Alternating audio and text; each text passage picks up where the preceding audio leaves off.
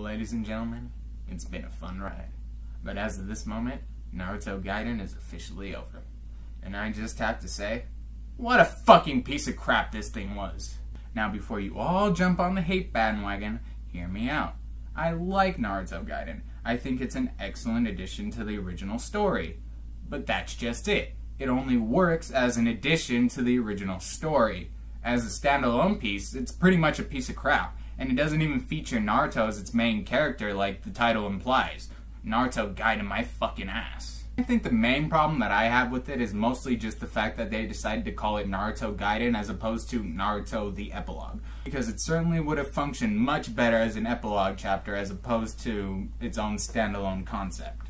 You go into this thing and you don't even know what the fuck is going on. What the fuck a ninja is, what a chakra is, what a Sharingan is. In any other work of art, that would just be considered lazy writing. But because this thing is attached to Naruto, people are okay with it. That's bullshit. Hi, I'm Retro. This is Retro Rips. And today, sad to say, we're gonna be saying goodbye to a friend that we've known for a very long time and have come to actually respect. We don't necessarily say it's good, but we respect it. Picking up from the last chapter, Naruto decides enough is enough and unleashes a fury of clones to deal with the remaining Shin. Once they get a peek at the demons inside, they really don't stand much of a chance. Let's just say Kurama's just a wee bit ticked off from Naruto's constant failings this manga. Don't worry, buddy. I'm right there with you. Whoa, Naruto did all that and all you had to do was stare at him? He got more owned than I did that one time I accidentally vacuum sealed myself shut inside this very room.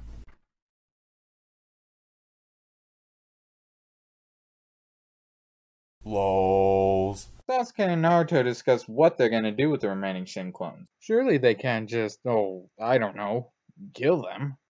No. Instead of doing the smart thing and disposing of the clones in the most gruesome fashion imaginable, Naruto says they're gonna give them off to the Konoha orphanage. Let's just hope that whoever's in charge knows what the hell they're doing. Wait. No. No. No. No. I just don't see the reasoning here. Why on God's good earth would you put Kabuto, the guy who literally eats children, in charge of the Konoha orphanage? As everything begins to wrap up, they return back to the village where Chocho's in for a huge surprise. She actually meets her real father, Choji, in his slim form. So she completely thinks that he's a different person. Awkward. Apparently she doesn't even know about the Amachi techniques where she could willingly slim herself down and convert all that fat into chakra. Ah! Chocho. I hate her. She started off as an alright character, but then as the manga grew on and on and on, all she was used for was comic relief, and she wasn't even funny at that.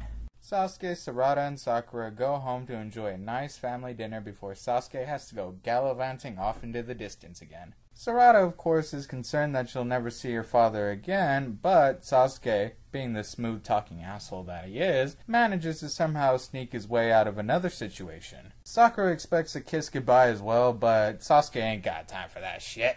Sarada is a great successor to Naruto. As the child of Sasuke and the heir to the Uchiha who have always kind of gotten the shaft in Konoha, Sarada's kind of like that link that's gonna put it all together. Maybe today the Uchiha don't necessarily have the power and influence that they should have in the village, considering that they were a part of its founding, but because Sasuke was the opposite of Madara and let his children be a part of the village as opposed to only being a part of the clan, Sarada will eventually grow up to have that entitled power that the Uchiha were rightfully always supposed to have in Konoha. Plus, she's like the only female in the entire series that's ever kicked ass, so basically... And there you go, the end of Naruto Gaiden. Or is it? All I'm saying is that at the very last second, something happens that'll completely change your entire view of how this manga went down. Whether or not that's a good thing or a bad thing will be entirely up to you to decide. I'm just not necessarily going to spoil it because that way it gives you incentive to go read the ending yourself. In all seriousness, Naruto was a manga that was very precious to my heart. And despite the wrong turns the author might have taken with the series, the message behind Naruto, to always endure and keep going no matter what, even when things seem bleakest, it might be one of the cheesiest morals that a story could ever drill home, but it was a beautiful one. And with that, my friends, we conclude Retro Rips Naruto Gaiden. So is this the end of Retro Rips? Maybe. Maybe not. Perhaps this is the last time you and I will ever see each other again. Or perhaps we will meet again in a land far away, where magic dragons roam free, and having blonde hair and blue eyes does necessarily imply superiority. Dragon Ball Super. I've been Retro, this has been Retro Rips. Remember to like, comment, subscribe.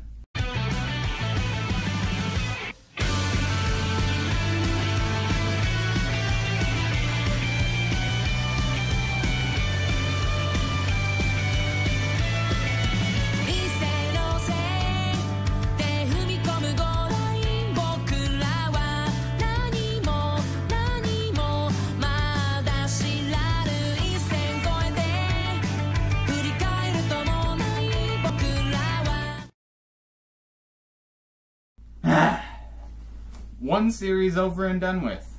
Woo!